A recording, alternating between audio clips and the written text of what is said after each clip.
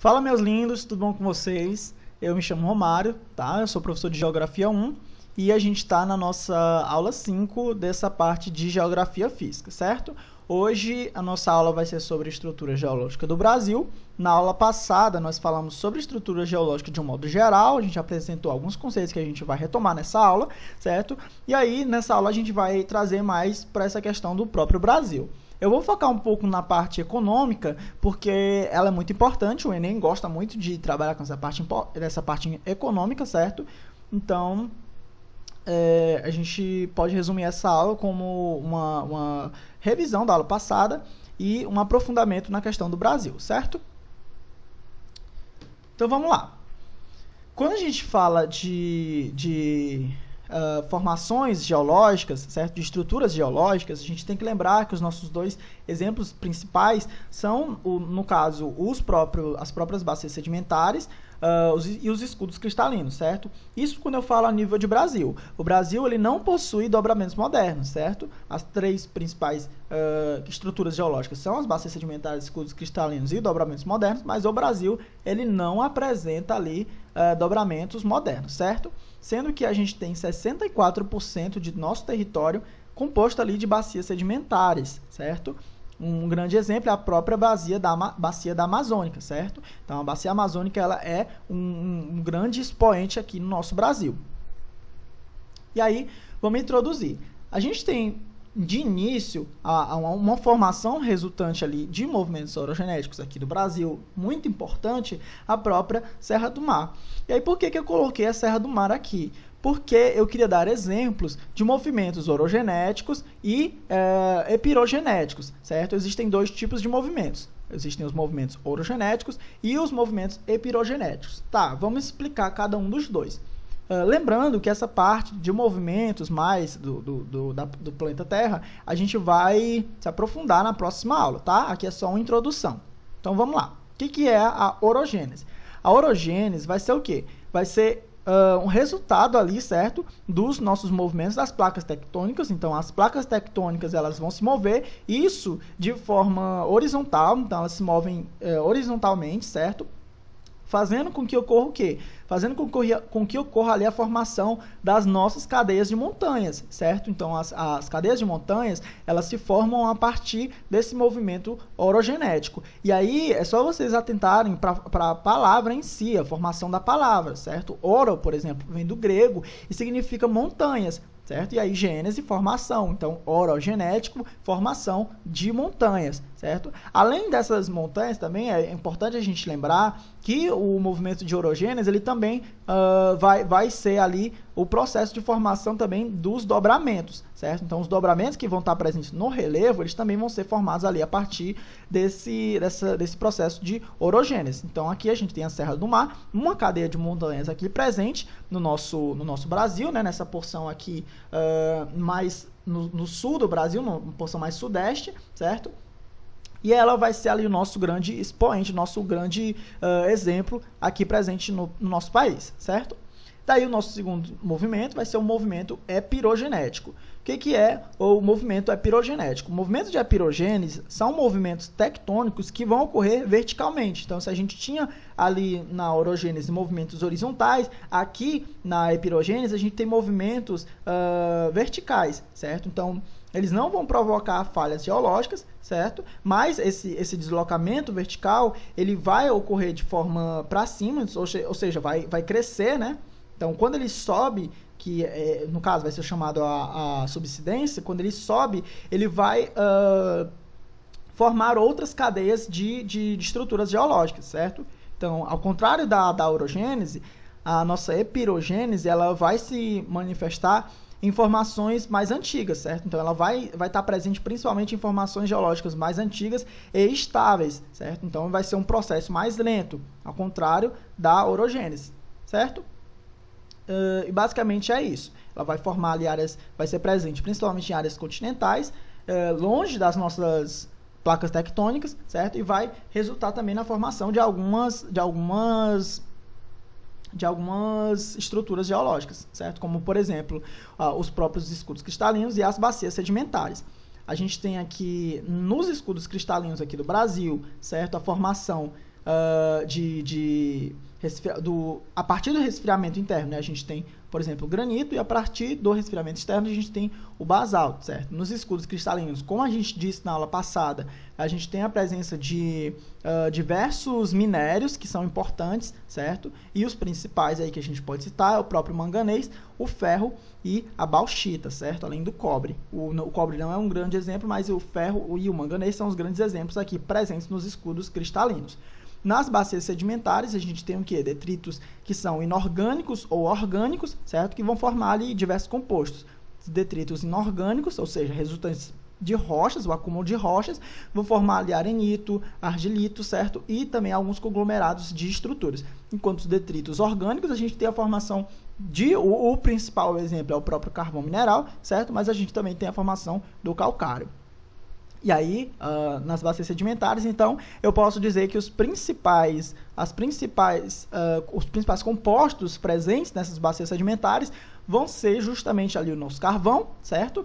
O petróleo, o xisto também, que tem um processo muito parecido com o do carvão, certo? E o gás natural, tá bom?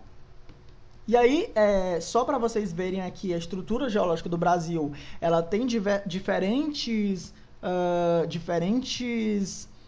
classificações, certo? A gente tem classificações mais antigas, classificações mais novas, certo? Sendo que aqui eu gosto mais essa de Jurandir Ross, certo? Essa classificação, ela fica bem separadinha e ela é a principal utilizada hoje também porque ela favorece a atividade econômica da mineração, por justamente focar mais nessa subdivisão ali, certo? Das áreas de estruturas cristalinas, certo? Então a gente também tem um conhecimento maior sobre as paisagens naturais e ela também auxiliou o planejamento público, porque se eu sei onde tem um maior acúmulo de minérios, um maior acúmulo de compostos que vão ser essenciais para a economia, eu posso ali fazer um melhor direcionamento dos gastos, dos recursos públicos, no caso, tá bom? Então, essa aqui é a principal utilizada, mas a gente também tem essas outras duas aqui. Lembrando que na classificação de Azevedo, a gente não tem o Planalto do Maranhão, certo? Então, o Planalto do Maranhão, Piauí, que era para estar presente aqui, ele não considera existente, além também do Planalto Nordestino. Então, essas duas regiões, elas ficam presentes ali, no caso, no Planalto Central e no Planalto Atlântico, tá bom? E aí, vamos lá. Agora a gente vai falar de escudos cristalinos. E o primeiro escudo cristalino importante vai ser o escudo cristalino das Guianas, certo? Vocês estão vendo aqui, ó, que a gente tem as nossas subdivisões, tá bom? Se eu pegar essa subdivisão aqui, a gente vai ter o quê? A gente vai ter aqui o Planalto das Guianas, certo? Nessa região mais ao norte do país. Essa região aqui do Planalto das Guianas vai conter o nosso escudo cristalino das Guianas, que é, no caso, ali na Serra do Navio. Esse escudo cristalino, ele vai ter uma grande conservação, uma grande reserva de manganês, certo? Aí eu queria que vocês, para fins didáticos, associassem o manganês com o mitril. Não sei se vocês já assistiram o Hobbit, mas no Hobbit tem um metal muito precioso que é extraído pelos anões, que no caso é o mitril, certo? E o manganês, para o Brasil, seria o mitril. E por que eu digo que é isso? Porque, se vocês lembrarem também do filme, vocês vão lembrar o seguinte, que o mitril, ele por muito tempo foi absorvido, ele foi extraído, melhor, na região de Múria, certo? Gente, isso aqui é só para fins didáticos mesmo, mas é se vocês fixarem melhor, tá bom? Então, o nosso mitril, ele por muito tempo, ele foi extraído aqui de Múria, certo? Mas hoje ele não é mais, ou seja, as reservas que a gente tinha antigamente de manganês presentes nessa região do escudo cristalino das Guianas, ou seja, na região da Serra do Navio, hoje já não é mais tão destaque no país, certo? A composição ali, ou melhor, a extração de manganês, ela vai estar presente principalmente aqui na Serra do Carajás, certo? Associada com a extração também de ferro, e é importante vocês lembrarem isso, tá bom? Que o manganês, por muito tempo, ele esteve associado sim com a Serra do Navio, no caso dos escudos cristalinos das Guianas, só que hoje não é mais tão destacado, certo? Tanto é que essa região aqui da Serra do Navio, ela foi muito explorada. e hoje ela sofre com esse processo de abandono, certo? Hoje a população que dependia da atividade econômica dessas minas de extração do manganês, hoje ficou totalmente desolada, tá bom? E aí, certo. Além disso, também é importante a gente lembrar não só desse impacto social, mas também do impacto ecológico, certo? Aqui houve uma grande poluição dessa região da Serra do Navio, inclusive existem populações que estão apresentando contaminações, certo? Por conta dessa extração do manganês. O manganês ele é um metal tóxico, certo? Na sua extração. Então, isso é o que vocês têm que guardar. Então, basicamente, isto é o que vocês têm que guardar aqui do escudo cristalino das Guianas, certo? Por muito tempo, ele foi a maior reserva de manganês, tá bom? Também é importante vocês lembrarem da nossa Serra do Carajás. Como eu disse, a Serra do Carajás, ela vai estar presente ali no nosso escudo cristalino central, certo? Então, a gente tem um escudo cristalino central, presente ali esse ferro, certo? Como eu falei, também tem muito manganês, mas o principal exemplo ali é o ferro. E a Serra do Carajás, ao contrário da Serra do Navio, ao contrário dela, ela ainda é muito explorada hoje, certo? Então, inclusive, a nossa principal região de extração de material, no caso o ferro, ainda é a Serra do Carajás, certo?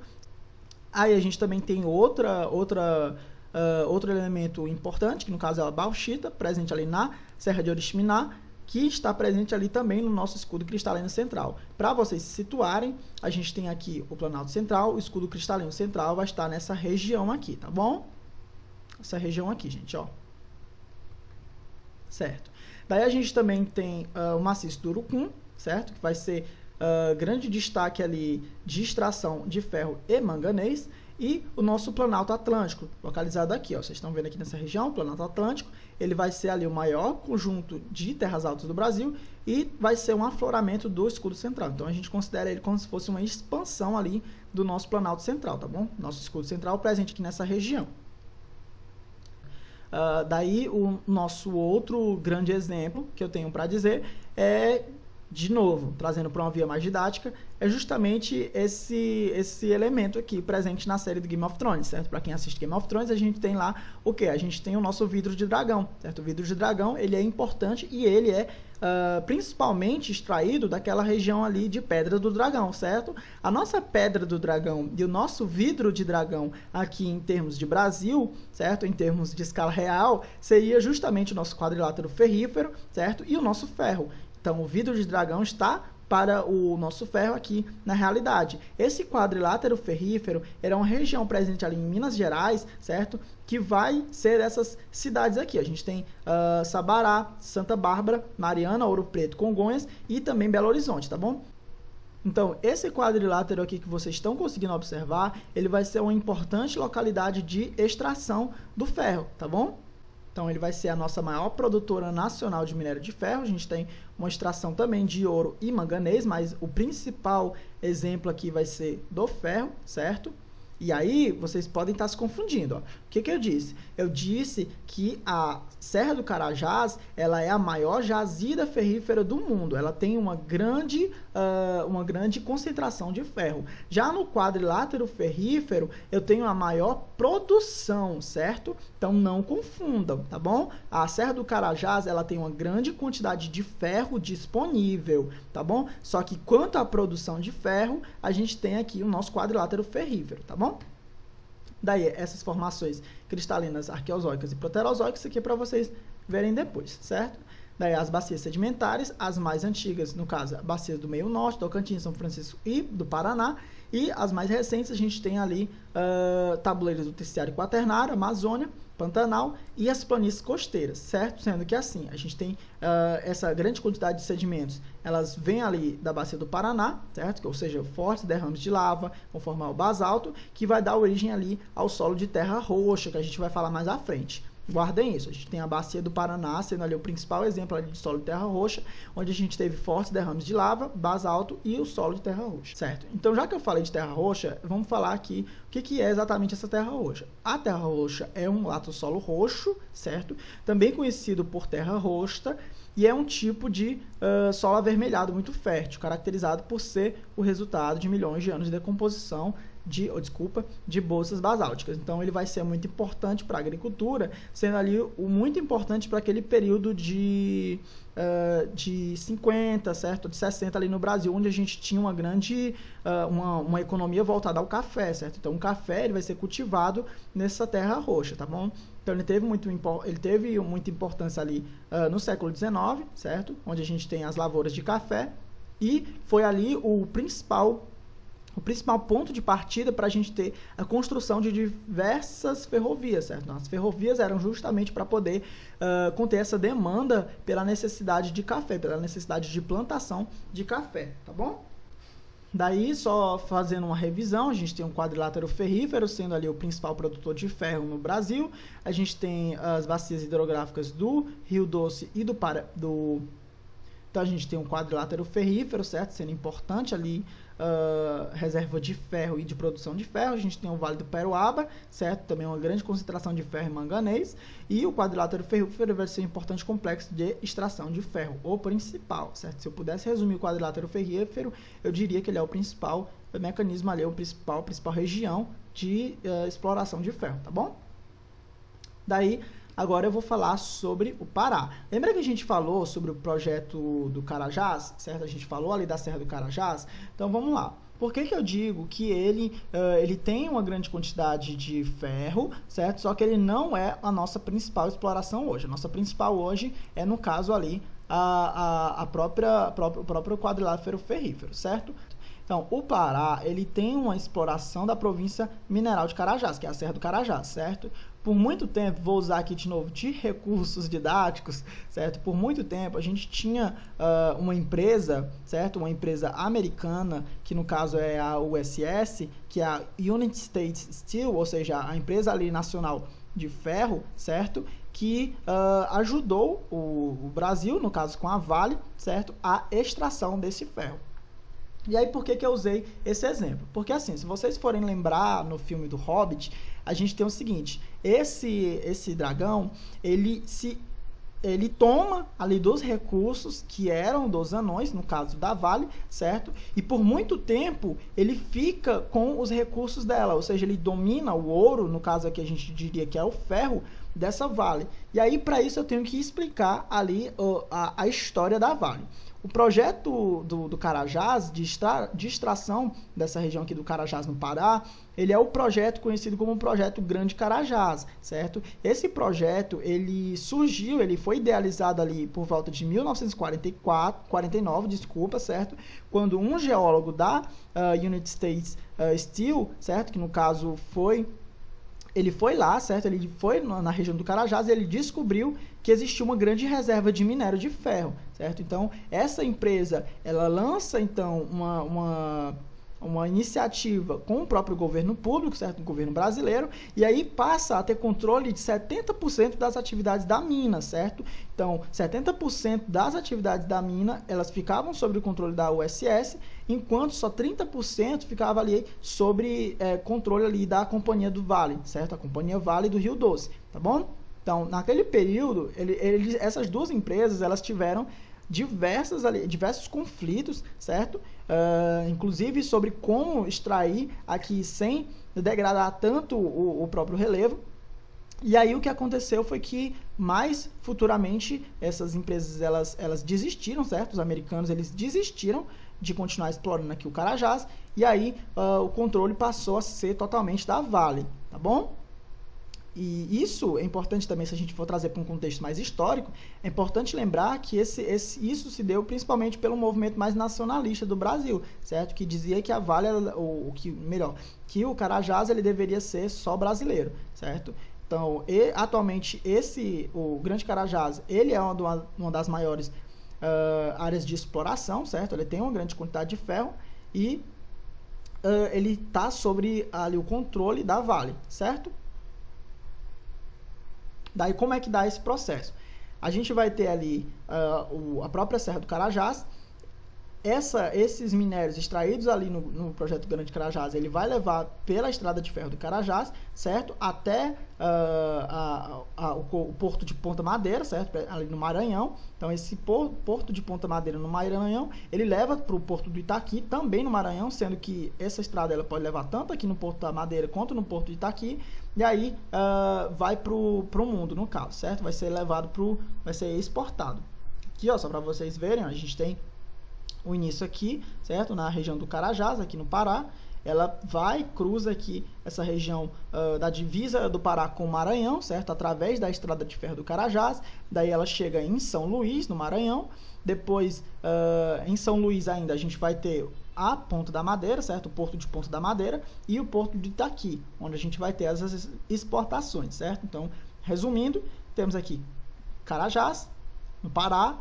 Depois temos São Luís, certo? E a estrada de ferro, certo? Aí, quanto aos outros minérios importantes do nosso país, a gente também tem a casterita e um minério de estanho, certo? Que vai estar associado ali principalmente com a região de Rondônia. E o sal, certo? Então, o sal ele vai ser extraído principalmente ali das costas do Rio Grande do Norte, tá bom? Na região ali mais ao leste do país, tá bom? 70% da produção de sal do Brasil, ela decorre ali do Rio Grande do Norte. E enquanto o Mato Grosso do Sul, a gente tem o maciço do Urucum, certo? Que é onde a gente tem ali as maiores jazidas de manganês do país, certo? Além de também ter uma concentração relativamente boa de minério de ferro.